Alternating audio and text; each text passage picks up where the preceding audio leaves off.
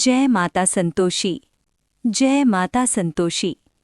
प्रिय भक्तों, आज का ये पावन शुक्रवार माँ संतोषी के चरणों में श्रद्धा, विश्वास और संतोष अर्पित करने का शुभ दिन है। कहा जाता है कि जो भक्त सच्चे मन से, पूरी आस्था और संयम के साथ माँ संतोषी का व्रत करता है, माँ उसकी हर पीड़ा हर लेती हैं, घर में सुख शांति और जीवन में संतोष का वास कर देती हैं। माँ संतोषी क्रोध नहीं, ईर्ष्या नहीं और दिखावे से नहीं, केवल सच्चे मन और संतोष से प्रसन्न होती हैं। आज हम सब मिलकर माँ के इस पावन व्रत की कथा सुनेंगे और माँ से यही प्रार्थना करेंगे कि हमारे जीवन से दुख, दरिद्रता और अशांति दूर हो और माँ की कृपा से हमारे घर आंगन में सुख, शांति और संतोष बना रहे। तो आइए भक्तों, मन को शांत करें, दिल में श्रद्धा भरें और माँ संतोषी का स्मरण करते हुए शुक्रवार व्रत की पावन कथा आरंभ करें। एक गांव में एक बुढ़िया रहती थी। उसके 7 बेटे थे। 6 बेटे कमाने वाले थे और एक बेटा निकम्मा था। बुढ़िया माँ 6 पुत्रों का जूठा 7वें पुत्र को दे दिया करती थी। 7वां पुत्र एक दिन अपनी पत्नी से बोला, देखो मेरी माता का मुझ पर कितना प्रेम है। पत्नी ने कहा, क्यों नहीं, सबका जूठा बचा हुआ भोजन तुमको ही खिलाती हैं। वो बोला, जब तक आंखों से ना देख लूं तब तक मान नहीं सकता। पत्नी हंसकर बोली, देख लोगे तब तो मानोगे। कुछ दिन बाद एक बड़ा त्योहार आया। घर में 7 प्रकार के भोजन और चूरमे के लड्डू बने। वो पत्नी की बात को जांचने के लिए सिरदर्द का बहाना बनाकर पतला कपड़ा सिर पर ओढ़कर रसोई में जाकर सो गया और कपड़े के अंदर से सब कुछ देखने लगा। 6 भाई भोजन करने आए। उसने देखा माँ ने उनके लिए सुंदर सुंदर आसन बिछाए, 7 प्रकार की रसोई परोसी और आग्रह कर करके उन्हें भोजन कराया। वो सब देखता रहा। 6 भाई भोजन करके उठ गए। तब माँ ने उनकी 5 थालियों में बचे लड्डुओं के टुकड़े उठाए और उनसे एक लड्डू बनाया। जूठन साफ कर माँ ने उसे पुकारा, उठ बेटा उठ, तेरे भाइयों ने भोजन कर लिया है, तू भी उठकर भोजन कर ले। उसने कहा, माँ मुझे भोजन नहीं करना, मैं परदेश जा रहा हूँ। माता बोली, कल जाना हो तो आज ही जा। वो बोला, हाँ हाँ जा रहा हूँ। ये कहकर वो घर से निकल गया। चलते समय उसे अपनी पत्नी की याद आई। वो गौशाला में कंडे थाप रही थी। वो वहाँ गया और बोला, मेरे पास तो कुछ भी नहीं है, ये एक अंगूठी है, इसे बेच लेना और अपनी कोई निशानी मुझे दे दो। पत्नी बोली, मेरे पास क्या है, ये गोबर भरा हाथ है। ये कहकर पत्नी ने उसकी पीठ पर गोबर भरे हाथ की थाप मार दी। वो चल दिया। चलते चलते वो दूर देश में पहुंचा। वहां एक साहूकार की दुकान थी। वो बोला, सेठ जी मुझे नौकरी पर रख लो। साहूकार को नौकर की सख्त जरूरत थी। उसने कहा, काम देखकर तनख्वाह मिलेगी। वो बोला, सेठ जी जैसा आप ठीक समझें। उसे साहूकार के यहाँ नौकरी मिल गई। वो दिन रात मेहनत करने लगा। कुछ ही दिनों में उसने दुकान का लेन देन, हिसाब किताब, ग्राहकों को माल बेचना सब सीख लिया। साहूकार के वहाँ 7-8 नौकर थे। सब उसे देखकर चक्कर खाने लगे, लेकिन उसने लगन, परिश्रम और ईमानदारी से सबको पीछे छोड़ दिया। उसके कर्मों का फल उसे मिला। सेठ ने उसका काम देखा और 3 महीने में ही उसे मुनाफे में साझेदार बना लिया। परिश्रम करते करते 12 वर्ष में वो नगर का नामचीन सेठ बन गया और पुराना सेठ अपना सारा कारोबार उसी को सौंपकर बाहर चला गया। अब उसकी पत्नी की सुनिए। इधर उसकी पत्नी पर दुखों का पहाड़ टूट पड़ा। सास ससुर उसे सताने लगे, घर का सारा काम कराते और उसे जंगल में लकड़ी लाने भेज देते। घर की रोटियों के आटे से जो भूसी निकलती, उसी की रोटी बनाकर उसे दे दी जाती। फूटे नारियल की नरेली में पानी दिया जाता। इस तरह दिन बीतते रहे। एक दिन जब वो जंगल में लकड़ी लेने जा रही थी तो उसने रास्ते में बहुत सी स्त्रियों को संतोषी माता का व्रत करते हुए देखा। वो रुककर बोली, बहनों तुम किस देवता का व्रत करती हो? इसके करने से क्या फल मिलता है?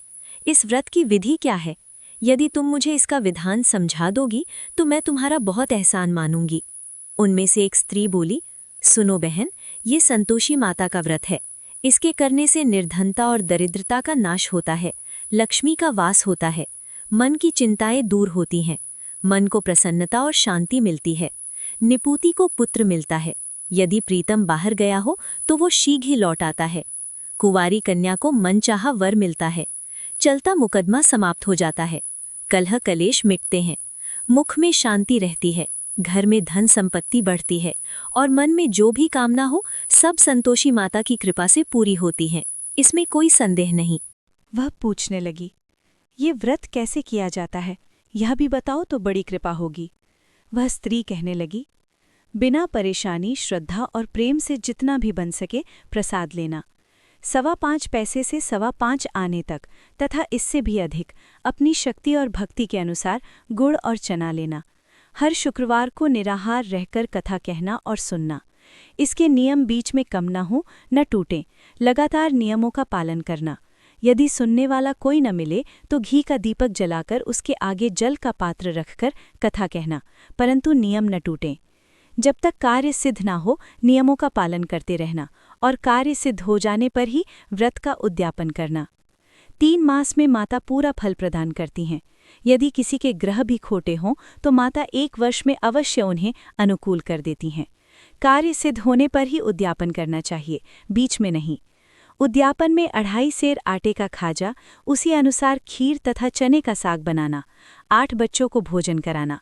जहाँ तक मिले देवर, जेठ, भाई बंधु या कुटुंब के लड़के लेना। यदि वे ना मिलें तो रिश्तेदारों और पड़ोसियों के लड़कों को बुलाना।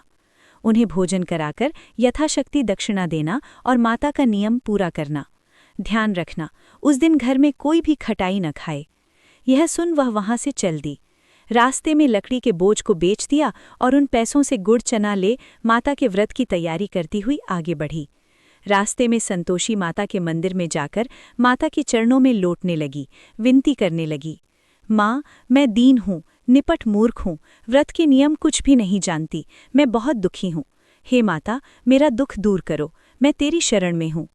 माता को दया आ गई।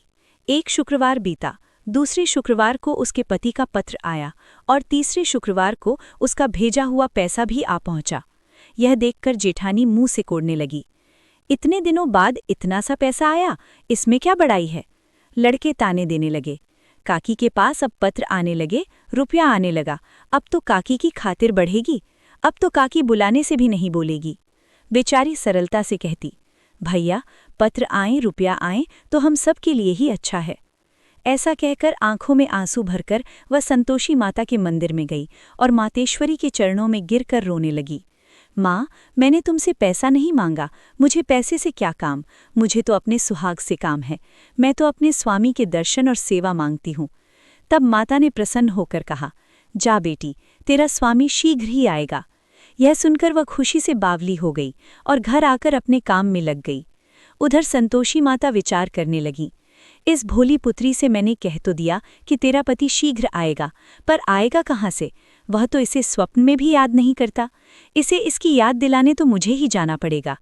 तब संतोषी माता ने उस बुढ़िया के बेटे को स्वप्न में समझाया, पुत्र, तेरी घरवाली कष्ट उठा रही है।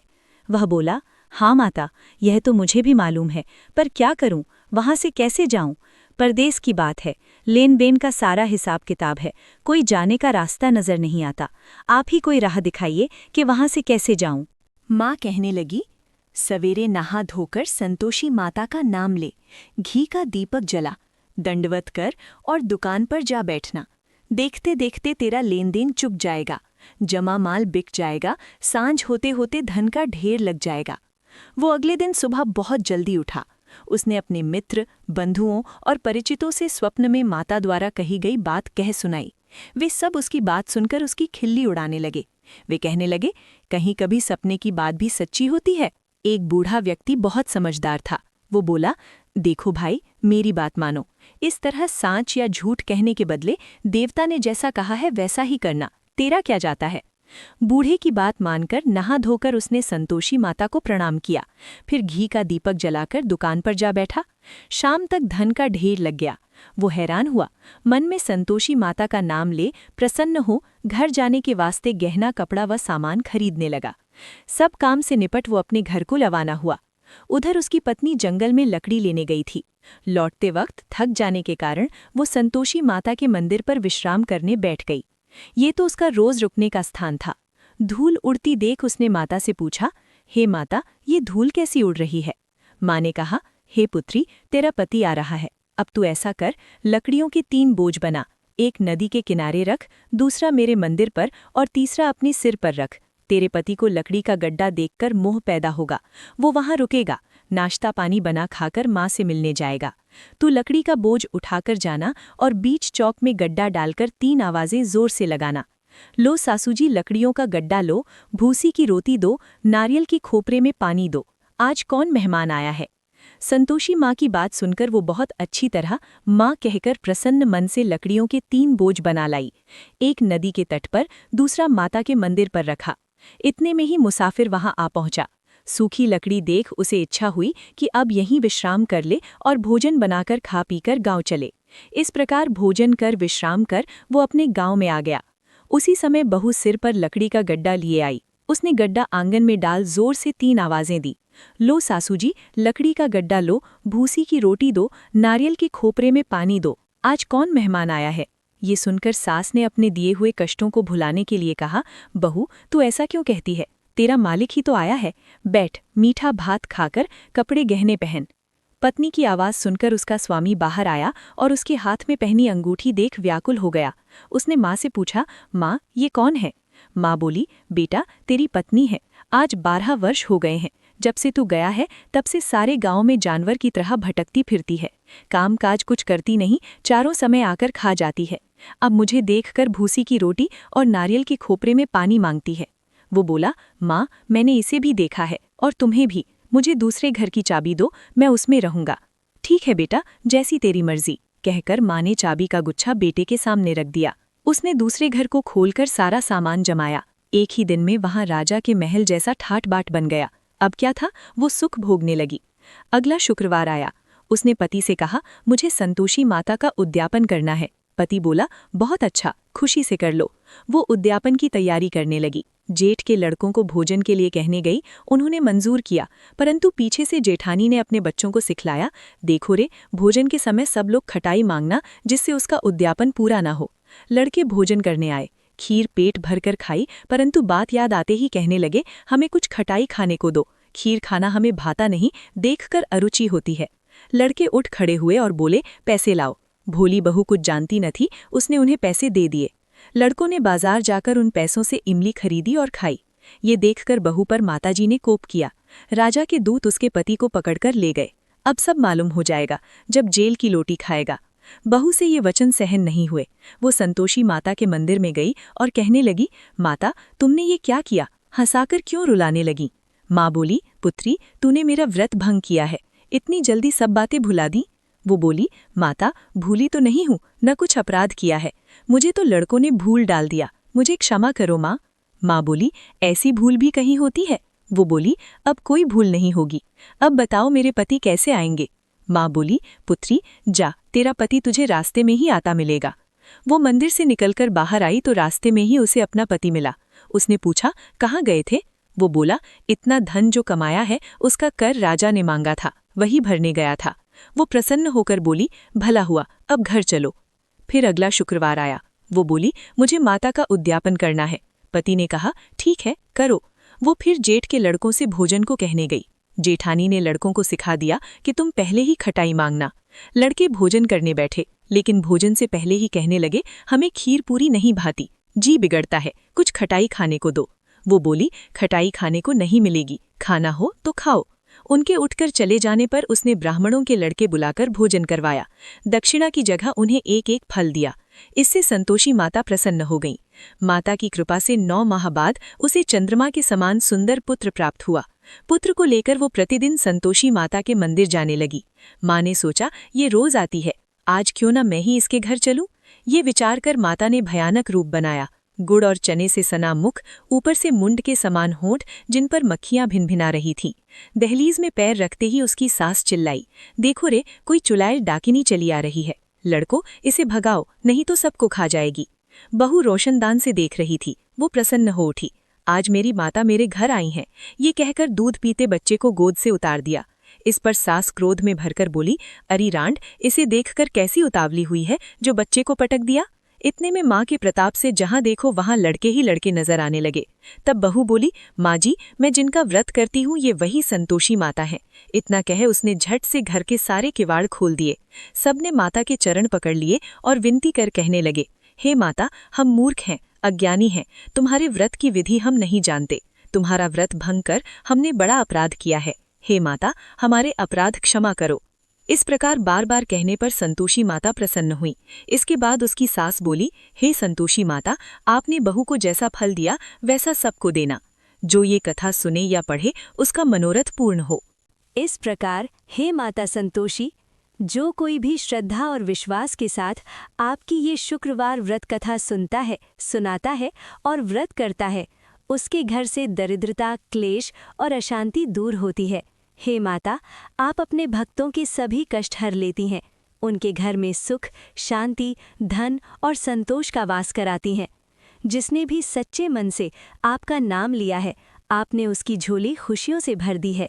माता संतोषी, हमारी भी सभी मनोकामनाएं पूर्ण करना, हमारे घर परिवार पर अपनी कृपा बनाए रखना और हमें सदैव सत्य, धर्म और भक्ति के मार्ग पर चलने की शक्ति देना। जो कोई भी इस कथा को हर शुक्रवार श्रद्धा से करता है, उसके जीवन में कभी अभाव नहीं रहता। हे माता, हमसे जाने अनजाने में जो भी व्रत, कथा या पूजा में त्रुटि हुई हो, उसे क्षमा करना।